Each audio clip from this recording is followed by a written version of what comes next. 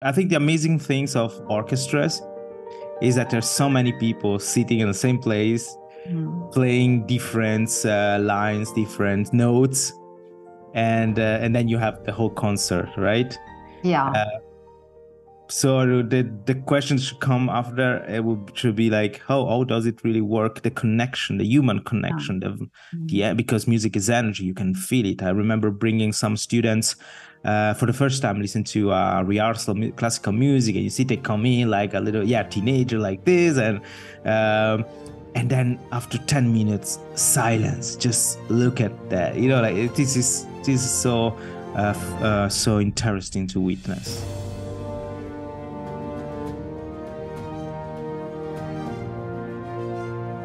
Shanti, Hi. it's so lovely to meet you here on Zoom. Oh, thank you. For me too. Is it quite a busy time for you now over the summer with events and music events and so on?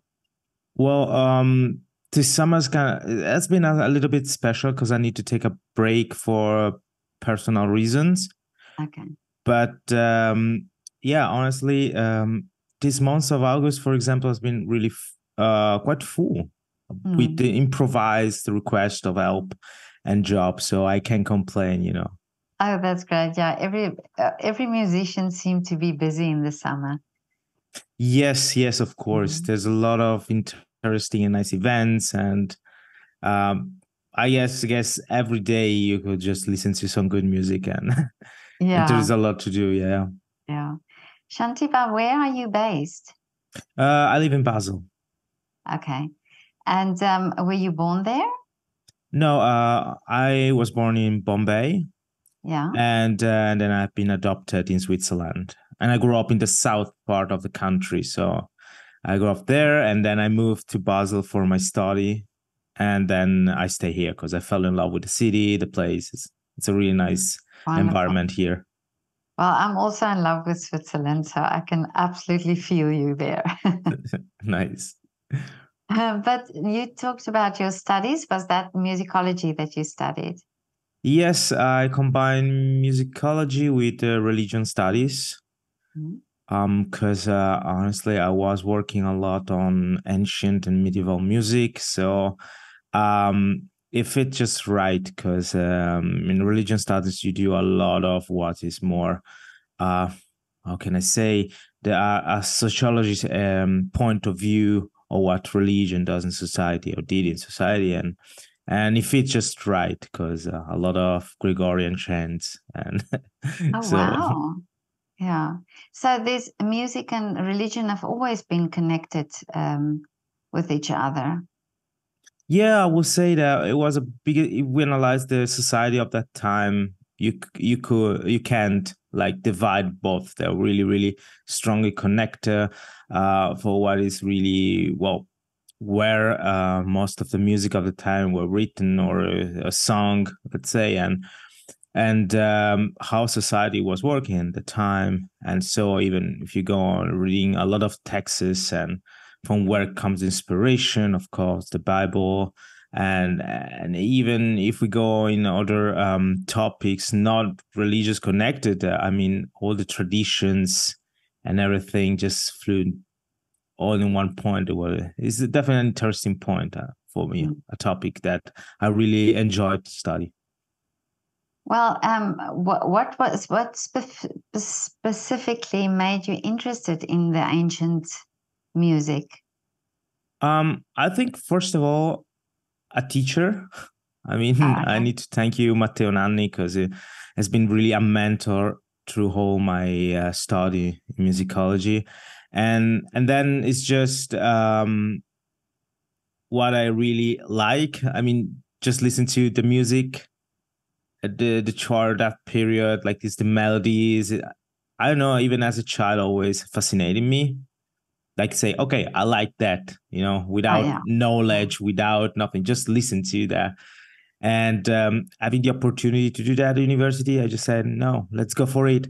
And on the other side, but this came later, I just discovered that I can combine that with my interest into Italian literature. And I'm a big Dante fan. So I could connect a lot of things all together: music, sociology, ethnology, ethic, a lot of things all together. So well, it Amazing. seemed just to fit right, not just one Yeah. passion, but everybody just connected. Yeah, but how amazing that it all, that that's your interest and that it all came together like that. But and now with your work that you do now with other musicians, and I see on Instagram that you are quite busy, with events, and you do amazing videos on Instagram, showing how you handle the instruments and so on. So is this something that you do full time now? Yes, I've been able to work for the last almost 10 years in what I will call more like the logistic of an event. That could be classical, could be also modern. I mean, in between orchestra, theaters, and bands. Um, but at that time, I mean, not but at that time, I was working for fixed for some orchestras, like on the contract. And in the last year, I decided to go freelance. And so, yeah, that's my job, my full-time job. Yeah. So you must know instruments very well to be able to understand how to handle them, or how to get the environment ready for musicians and for orchestras. Yeah, that was kind of a surprise for me. I mean, I knew that I did my first practica here in Basel with Kammer Orchestra Basel. And honestly, I had the idea that, okay, I'm going to learn a lot about what does it mean being on tour and organizing events and concerts. And then it comes really on the practical side. And my teachers, yeah, he's a good colleague of mine, but I like to call him my teacher because, well, it was kind of my Yoda master because he Yeah, taught yeah. me a lot. And it just showed me, yeah, if you how to handle a cembalo, what you need to care, or you can move that even with arps and old timpanis, where you pay attention of this and that, and suddenly you realize, oh, there is a lot of knowledge, there is a lot of things you need to know. It's not just moving something from A to B. And in through the years, I just also invest my free time, to go visit friends or a music store and ask, hey, oh, should I do this? How can you explain the difference between this and that? Because there is no such a proper schooling, let's say. There is a lot of learning on your own, DIY. And I think it's really, really important in my profession just to know that. Of course, it could come from your passion for your instrument. If you play guitar or drum, of course, you learn how to handle your instrument. But that there is other things that you don't see every day. As I said, maybe a cembalo or a kind of special instruments, and you have really the chance to learn something new and something not usual. That's the interesting part. Yeah, I can, because I thought about that when I saw all, what you're doing, and I thought, well, I never knew, for example, the harp, how a harpist have to really think of the logistics of how to get the harp into the concert hall, or, Yeah. if there's only stairs, or the harp has to get to somewhere. And then I started thinking, well, it's really with many instruments like that. I mean, of course, the violin you just carry in your in the case, but for other instruments and pianos and things, it really, you have to know your story, to know how to move them and how to get them where they have to be. Yes, definitely. I had the chance to work 8 months in an agency here in Switzerland that only moves pianos with private clients or even music stores. And it was interesting for me to see what I have to think when I'm talking to a client, how he describes me, where he wants to have the piano, and even for them is interesting because, and now sometimes tricky because they don't really, or if you're not used to, or you didn't really see the instruments for real, you don't know, oh, okay, I would like to have it on my second floor, or under the roof like this. Well, the weight of the instruments. Or so sometimes I got my colleagues that just take it in their hands, the instrument, the weight and everything, just go up the stairs. And sometimes when you need really to wait that you maybe renew the house, so you can use the crane to put the instrument into the house. So it's not something simple.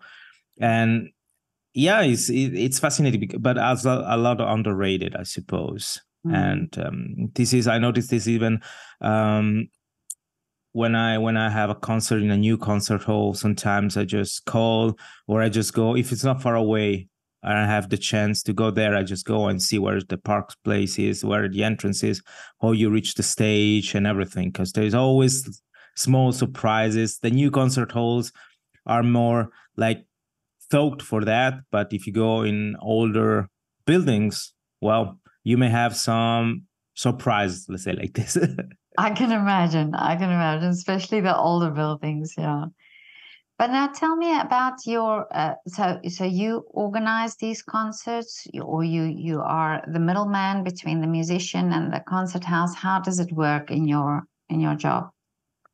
Well, I was at the time kind of the middleman, because well, this is something also that I have to structure to build my profession, because you can do anything. You just need to focus on something. So long story short, my idea is that if somebody, a promoter or somebody who's organizing an event, he can contact me and say, I want to do this and that, but I have no clue about how to organize, be practical, and be able to reach my goal. And my job is really, okay, I can help you plan the whole thing. And of course, I'll be glad to be on spot and doing the things for you. And for do that, I need to connect with both sides, even when with the artist. And I have to know if he allow me to handle the instruments, or how they are moving, how they're coming. There's a lot of factors that I think are really important to take care of. And I noticed that there's a lot of people, and that's amazing, that they want to make art still alive. They want to organize some nice moment of enjoyment. And of course, tendentially, you want to see the nice part, the fun part, the part where you drink something with your friend, listen to some music and enjoy. And, oh, I did this and that. And but then you kind of have no clue of what there is behind that. And so in the end, it's important that both sides have a good experience.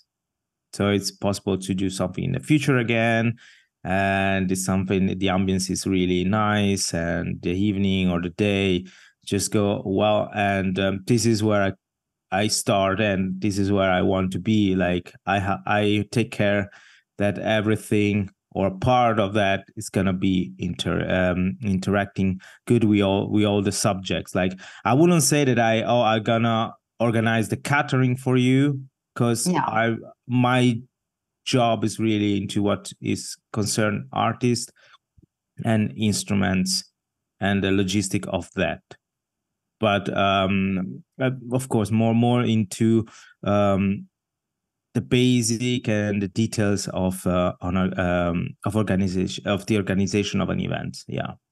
Well, this must be wonderful also for the musicians, or for conductors, that you are there and you take that load off them, because many artists talk about this fact that if they can only do their art, if they can only do their thing, and somebody else can take care of these things and these logistics of organizing a concert, or like you say, getting the instruments there, and so that they can just come in and then do the concert or perform, and then not have that hassle and that stress on them. Yes, of course. That's one of the main goal of the whole thing. And it's something that in some situation or some realities is clear that there has to be somebody that can take care of that. On the other side, yeah, tendentially everybody wants to do everything.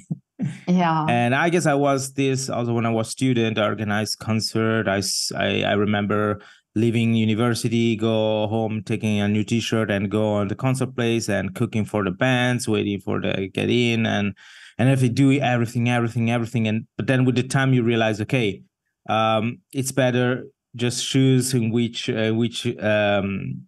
what task is the best to focus Yeah. on, and the rest you can say, hey, I got this friend is good doing that. You do this part, I do the other part.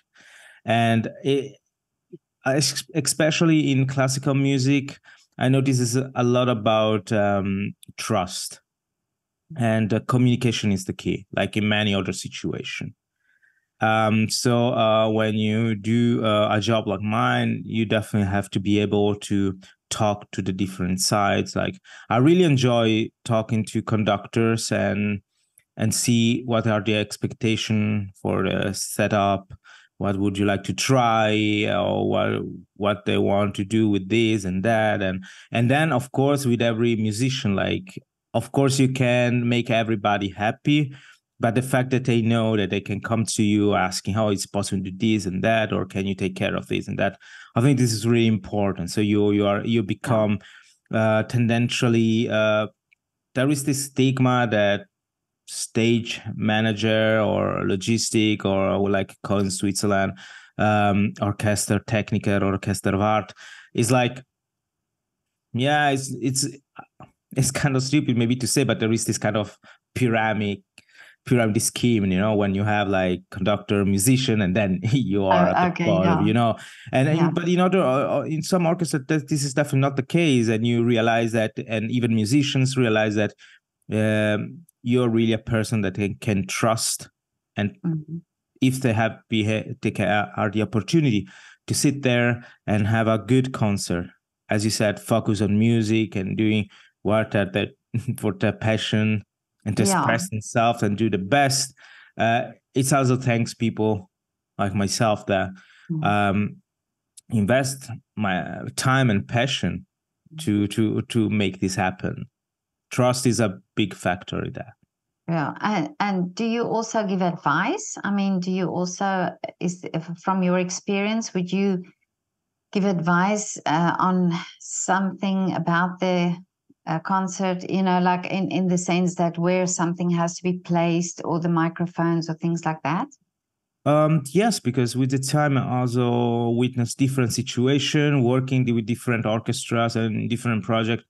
Is something that you can't avoid, like to see, oh yeah, at that time we did like this, but the other orchestra used to do that and that, or these technicians show me this trick and everything.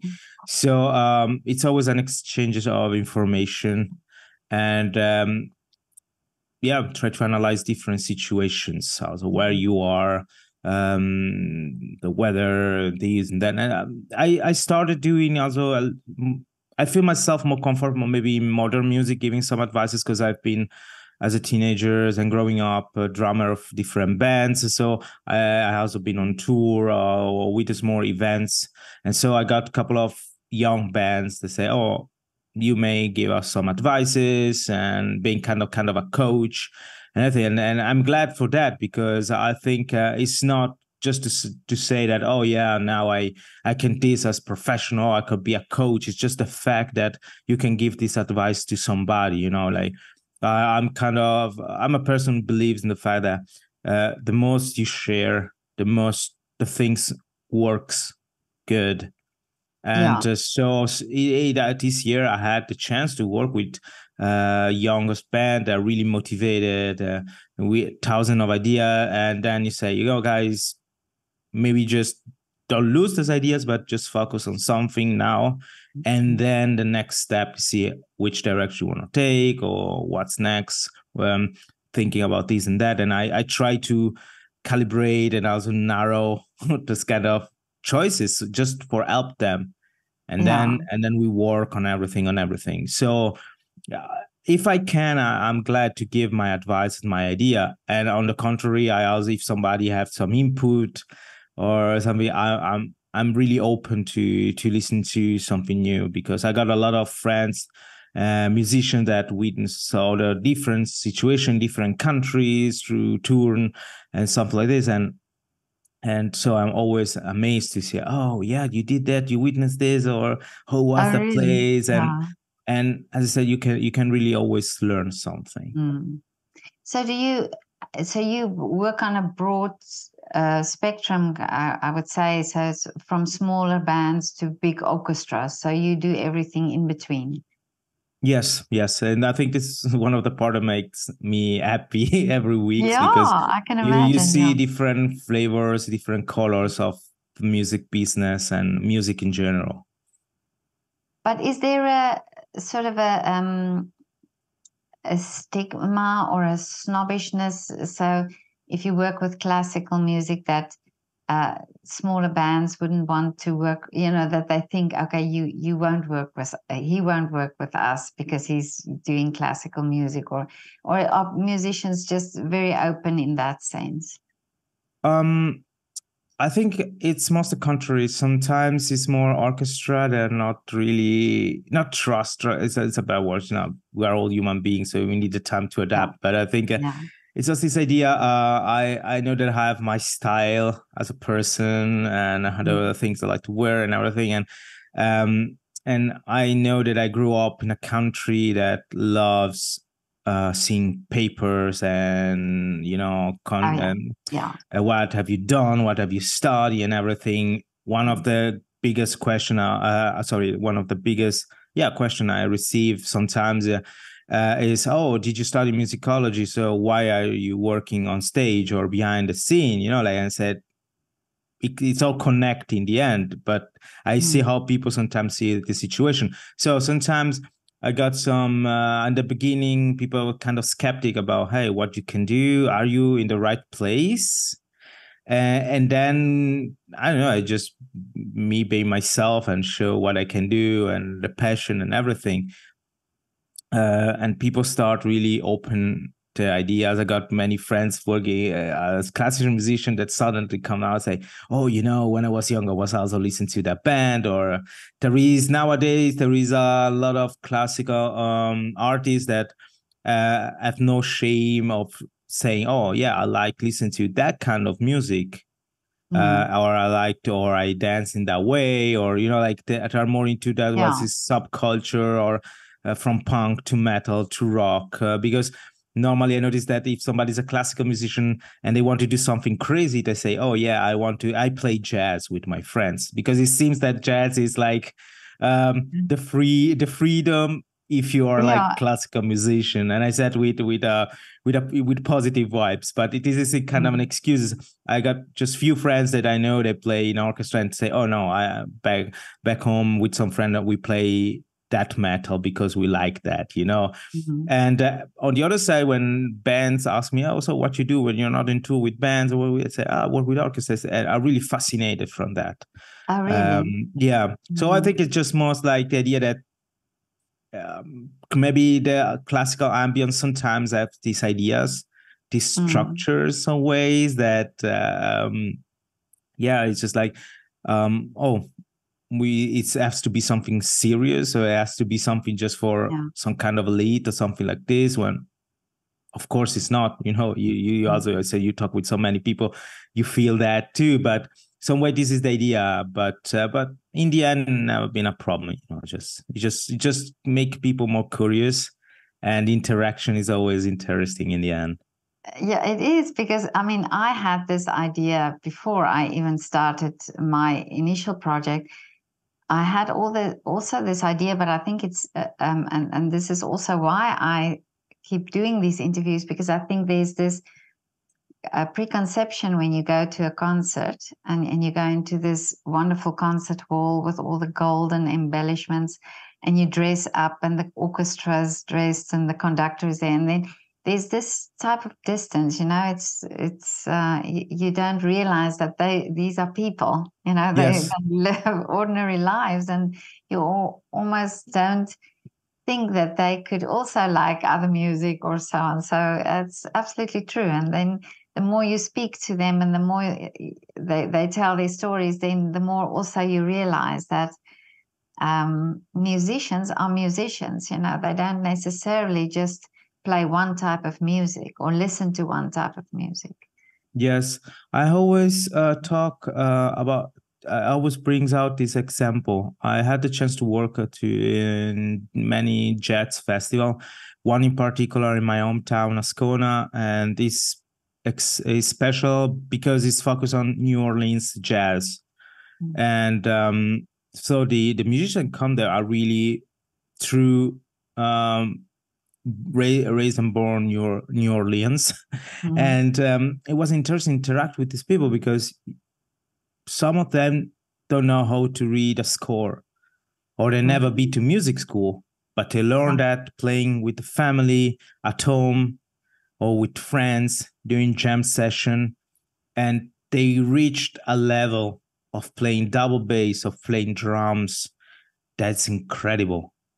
And as I said, they never open a book. They didn't add what I call the European way, you know, like just like go to school, an academic curriculum and everything. And it's fascinating because they start doing jam session with somebody and they listen to you a little bit. Oh, the melody goes, the rhythm is like this, and the guy started to say, "Oh, that's fascinating." And this makes you think a lot because you think, "Oh, so there is no right or wrong way." Exactly. To do arts in no specific way to do music. And so it makes you think a lot. Makes you think a lot. And in my case, is how he gave me this push of not be shy of brings my passion, my point of view on the music of art, like, and then even if I'm not working with a punk rock band, but I'm working with an orchestra. Because I think at the end of the day, you bring your passion, and this is what people feels. And on the other side, I make a little bit of advertising. I also have my own podcast, and the idea of this project was because, as I said, I've learned a lot talking to people, and so the idea was, for me, was so helpful, and it's still so an helpful experience that the interview I do is just with people that are in the music business as musicians or technicians. And so I just want, hey, how you get there? How hard at good times? I mean, I always said, let's imagine that me and you, we are sitting in a coffee place and we are drinking something together.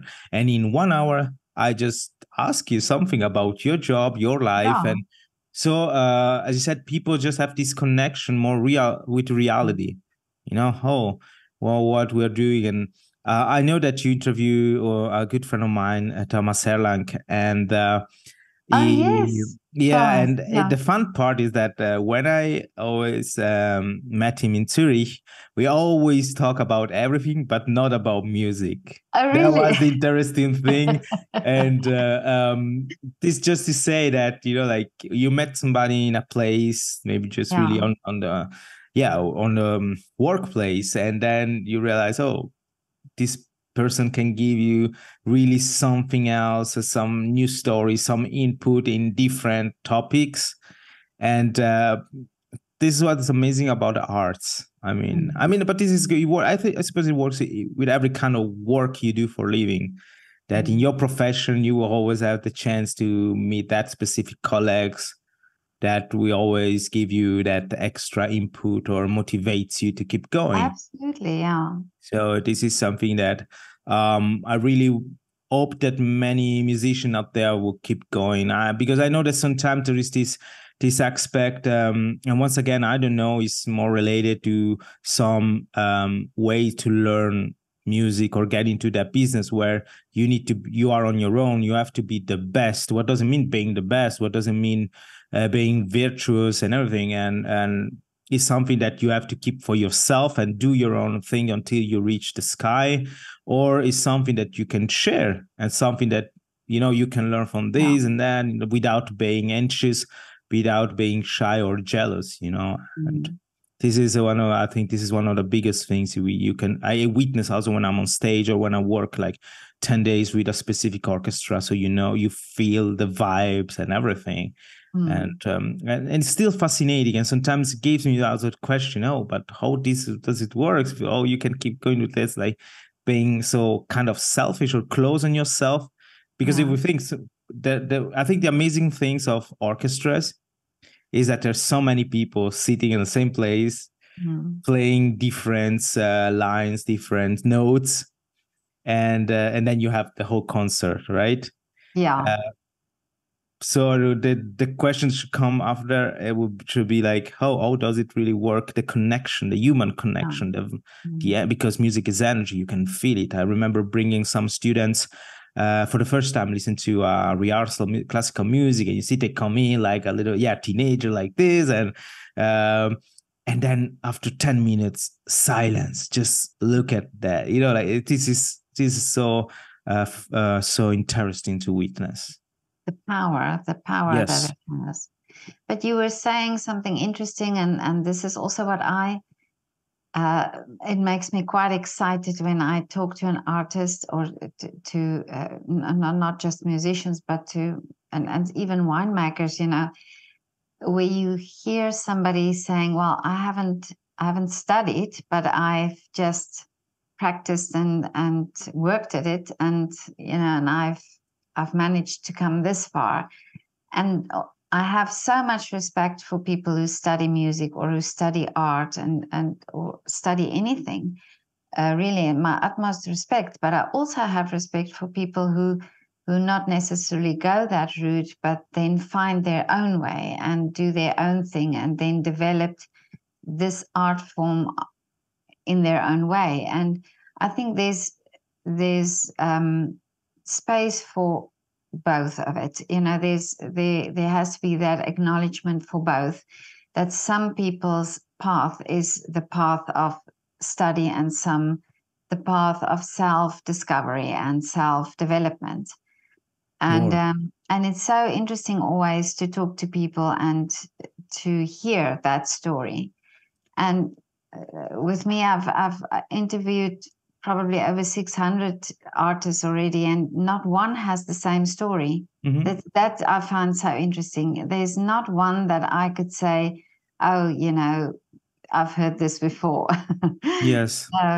So that makes it so interesting that art, that everybody experiences it in a different way.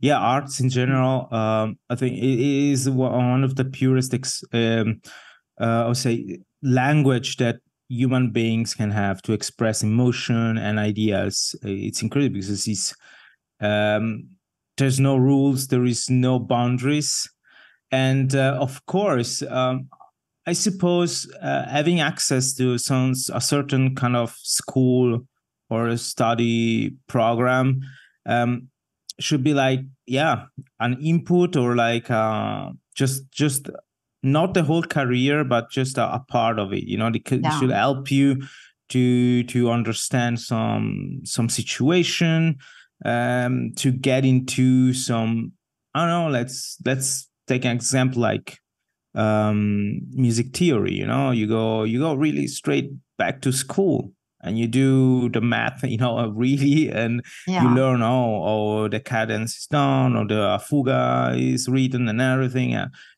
because maybe without that you will never get it, and having a teacher is always good. On the other side, and I bring back this topic about how our society is made. The fact that it seems that if you want to reach some level, if you want to reach to being well-known or famous or being accepted even, you have to do a certain path.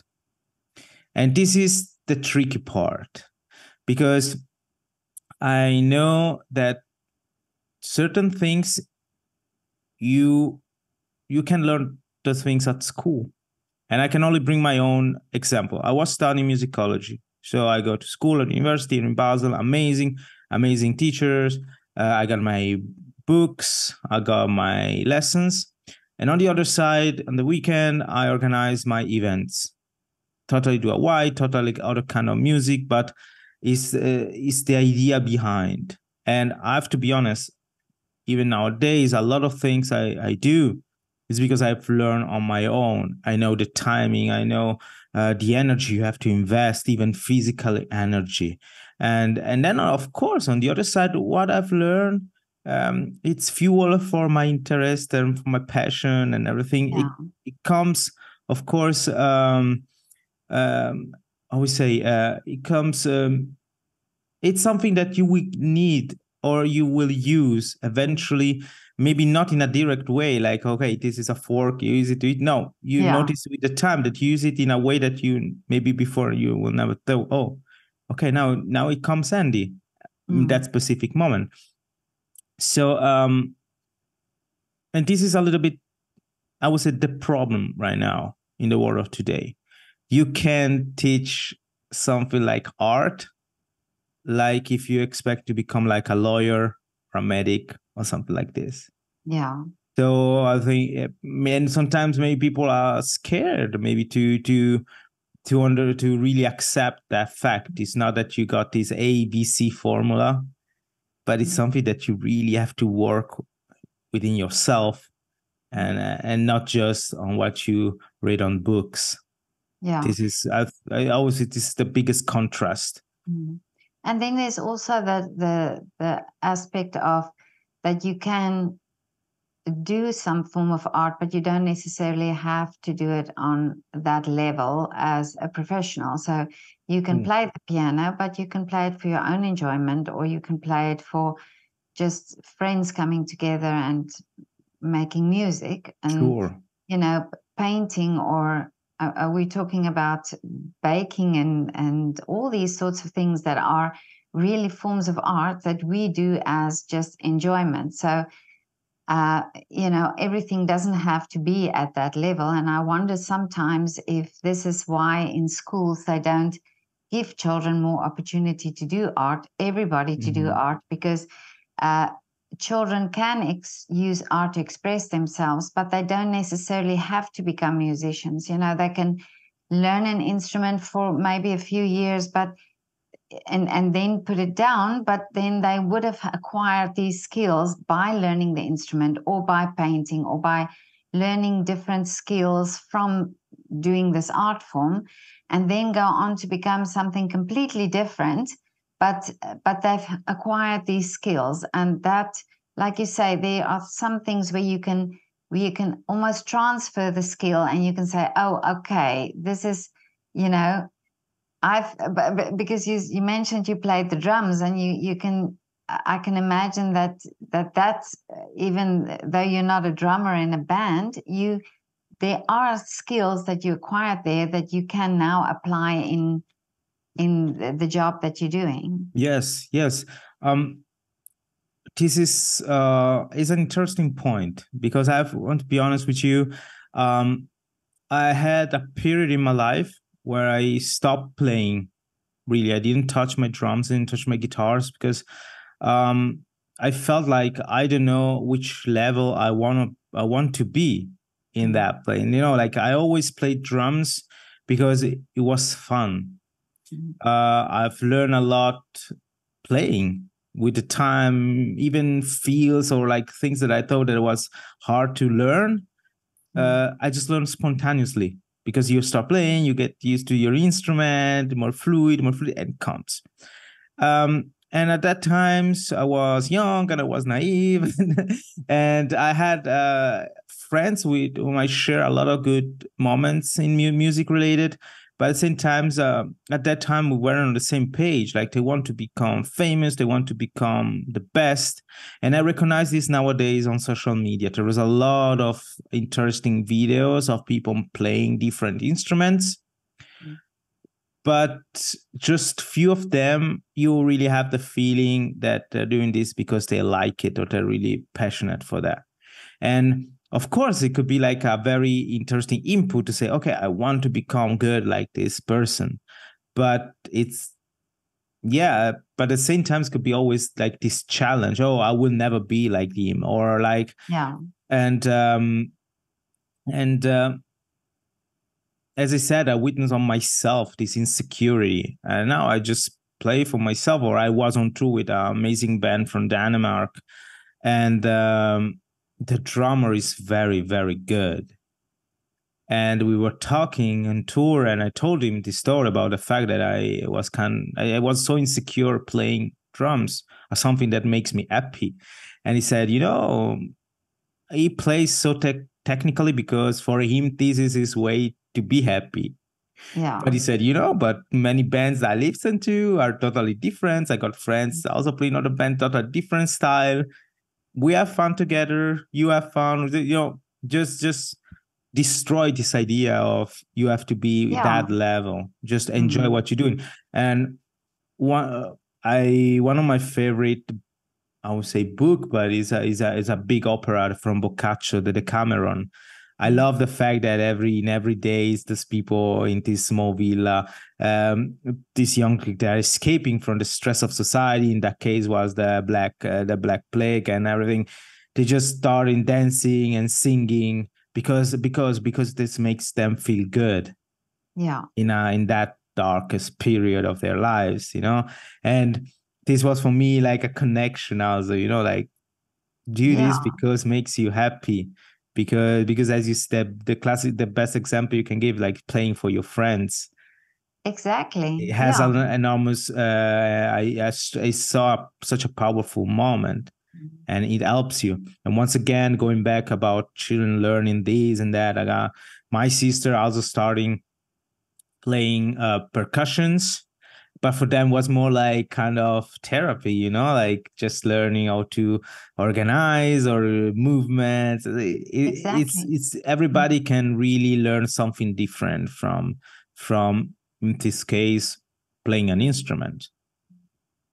Yeah, and I sometimes think it's also you are surprised if somebody does something different, and it doesn't all have to be the same. Everybody doesn't have to do it the same. So, and I think art gives you that opportunity. And I think this is why it's so important that children do different forms of art, because I think everybody has something to give and a way to express themselves. Mm-hmm. Yes, it could be, but it goes really onto, of course, on the personality of somebody. Because for some children, sport is really that things that make them mind goes and run free and relax and everything. But I think school should really gives you the opportunity to understand which one is the best for you. Exactly. Yeah. That's such an important thing. And sadly, here nowadays, or from where I come from a family of teachers, so we've always been more in this ambient. I know what's going on behind the curtains, and sadly, the tendencies is more focused on what's gonna make you be the next big manager or the next big thing in order thing. But once again, maybe the fact that you were playing in in a small orchestra or chanting a choir in high school and everything, indirectly is gonna help you in the future. Once again, human contact, interaction, learn to listen to the others and everything. And this collaboration between people. I mean, this you can look in all forms of life or all forms of work. This collaborating, the sense of collaborating that you learn from being in an orchestra or doing something together, art together, that, dancing or all these things that. But now my dream is really to see that art, maths and science and languages are taught on the same level in schools for children. So I really wish that could be something that the governments and the education system would consider, that they realize the value of art. But now tell me, what are your dreams for the future? What are your wishes? Good question. No, as I said, it's 1 year. 1 year now. It was the middle August, beginning of September of last year that I really prepare all the papers for, I say, taxes and everything to introduce me in the world of freelancing. And of course, I want to keep going that way. It's the fruit of years of thoughts and experience, good and bads, that broke me to make this choice. It's something that I like to underline, because some people think, okay, you got bored from one situation, so you skip on the other side. It's not like this. It's something that you need to also be ready, because there are different kind of situation then that comes in. But motivations is so high, and my goal is really to build a solid business. Because at the end of the day, or better, at the end of the months, we all have many things to pay. Yeah. And so this is using the skills, the things makes you happy, that makes you work good, helping others, but also to make you live good. So the goal is really to make my profession more solid. And honestly, I got the feelings I'm on the right way, and of course, keep doing what I'm doing, because I understood in the last years that I'm into a job or like an environment that doesn't make me feel like I need to go and in retirement when I'm gonna be 65. I guess if hopefully the health will allow me to do that, but I'm feeling like I can keep doing that until I can. Maybe in the future it's gonna be less physical but more on the coaching side or something like this, but keep going that way. This is amazing. Yeah. But amazing that you can think that you love your job so much that you don't want to retire. I like that. It's kind of, I think it's the process of growing up, and I'm 37, but I'm feeling like I'm still 21 in some ways, and there is so many things that I need always to call some friends, say, hey, can you explain me this, because I don't get it. I received this letter, what I said. You're like, that is just to say that there is always something to learn. There's always something to let's say, makes you growing up. But for me, this growing up is just realizing that the importance of choices you make in your life. Yeah. It's not just about having a job because of this and that. It's just about, what does it mean waking up and deciding how your day gonna be. Yeah. And this is something that helps me really realize, okay, doing what I'm doing, it's perfect like this. I don't have to fall into that kind of structure. Like, the best example we have in our lives are always our parents normally. And you see, I made totally different choices than them, but I'm happy. And as I said in the whole interviews now, that I'm still always motivated. And that's something so important to me.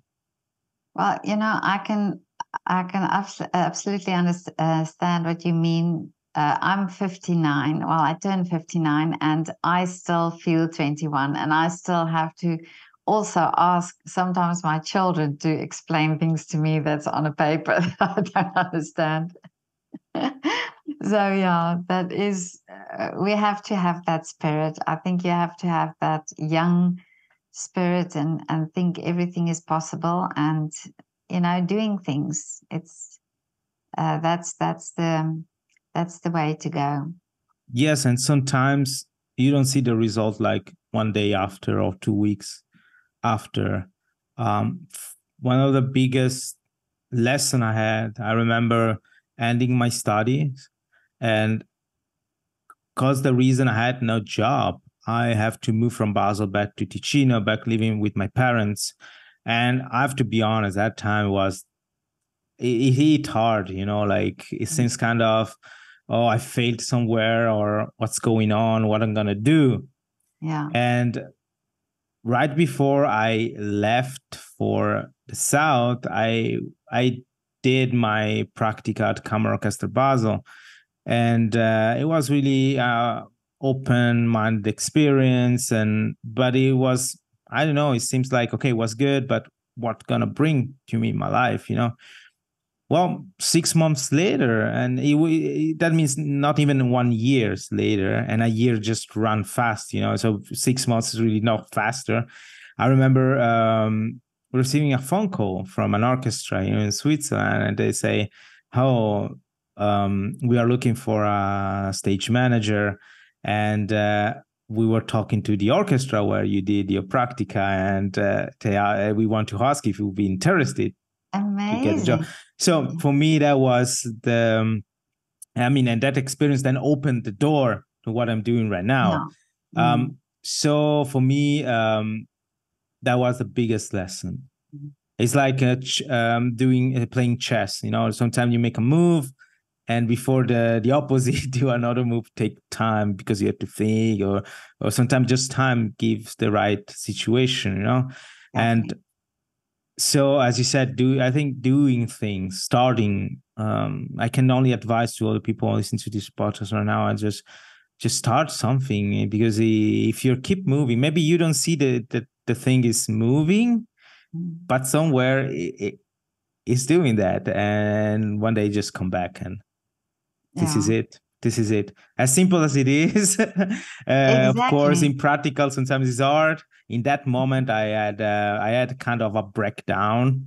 Really, I felt like no energy, no motivation. I was really, but all this situation, as I said, broke me where I'm right now. So I'm really happy that happened, and once again, the biggest lesson, even nowadays. I think it can connect even with the 2 years of COVID. It was really hard for everybody. I've been glad that I could work small jobs, always in music business. But even there, things that I started before come handy in that period, and vice versa. Things that I started through these years, now I come back and I still got the connection. I still have the contacts and everything. So it's one of the biggest motivations. Now, I also believe you have to do, and you have to keep the dream alive and just do, you know, and things fall into place. Yes, you try is always important. Yeah. But this was so lovely talking to you. You've got such a beautiful story, such a positive story.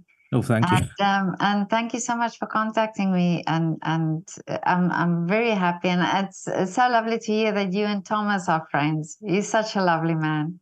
Yes, and I'm really happy that now he's back in South Africa, starting really a brand new career. And I remember before he left, we just met for a drink, and it was so. The energy was, you know, sharing. It was okay. You see that was the right choice for him, and yeah, I that's part of me. You know, I saw this interview, and then I just look at your channel. You know, like, and I think, and this is why I also reached to you, say, hey, that is what you're doing, because I think this is the interaction that people should have. You know, like just giving opinion, or like, and not just like writing like comments under a post, because I think it's in the words of today, there's a kind of things that kind of cold sometimes. But yeah, reaching out, people doing projects similar like yours, and getting these inputs, and keep our business, our environment of artists, and specific music and everything's alive, because these interactions are so important. I think the more we speak, the more we speak to artists, and the more people who do it, you know, the more the word gets out and the stories get out. And I think that is so important, you know, that more of it gets heard and seen. So it's wonderful that you do it as well. But just on the side, you were interested in ancient. Well, you did your musicology in ancient music. I actually did interviews with the musicians who revived the lyra, you know, the ancient Greek lyra. Do you know about that? Yes. But that would be also interesting for your channel if you want to speak to somebody like that. They are quite now doing great work. They are they've built the replica of the ancient lira, and they're now actually teaching musicians to play the lira. Oh, that's interesting. Yeah. Very, very, yeah.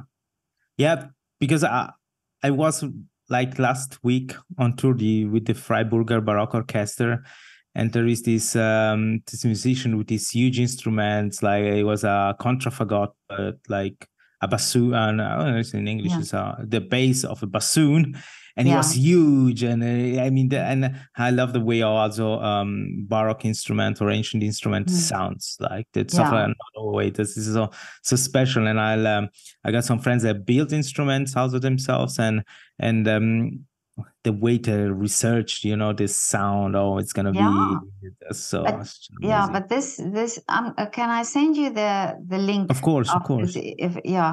So it's amazing what they do. Maybe you can follow them on Instagram as well to see and how they make music with these ancient instruments. Is just amazing. And it really started off also research on ancient music, and then his dad, I think, was a guitar builder, and then he asked his dad to build a replica of the lira, and now they just building these liras and trying to get musicians to play it. And I think that's wonderful, because it's an instrument that you don't necessarily hear, and it's beautiful. The sound of the lira is so beautiful. So but anyway, I'll send you the link. But it was so great talking to you, and I wish thank you. It was my pleasure. Wonderful day. And whenever you come to Vienna, you will have to let me know, because we could go for a coffee as well. For sure. Thank you very much. Another South African you can have a drink with. Yeah. Oh, okay. Amazing.